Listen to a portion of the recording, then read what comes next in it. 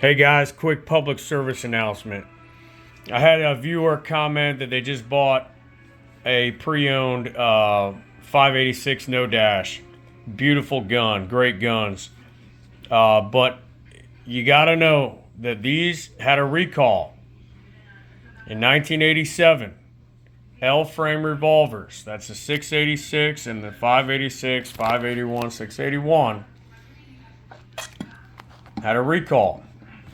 There were reports of these guns binding up after heavy magnum loads were fired out of them. That has something to do with the firing pin mechanism, and Smith & Wesson will still, to this day, honor that recall. So you can send your gun to Smith and they will fix it for free. Now, the only way to really know if your gun had been modified is to open it up. Okay, take a look at that crane. All right, right where your serial number is, and underneath of that, the model 586. This is a no dash.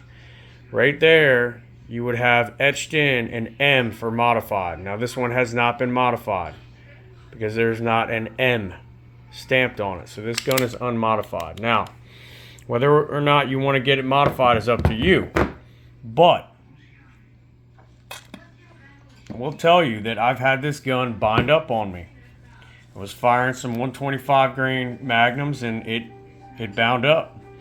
And it took a minute or two to get it released. And that's very dangerous if you're going to use this for defense, which I use. I will use these guns for home defense or whatever. So you need to be aware of that. And if you don't want to get it modified, you might want to load it out with some 38 plus Ps. This is exactly what happened.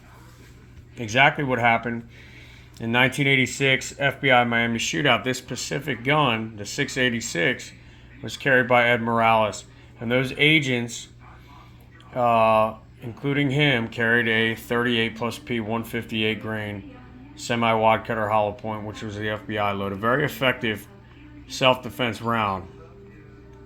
Okay, but I think that those guys were aware that these guns had that problem, potentially, and they didn't want to have that problem in a fight.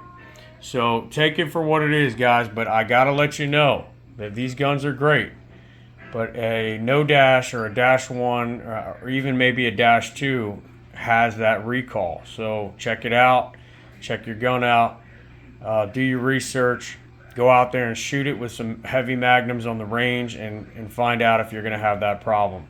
And if you do, maybe you need to load it with some 38s or send it back to the factory and get it fixed. All right, guys. Merry Christmas.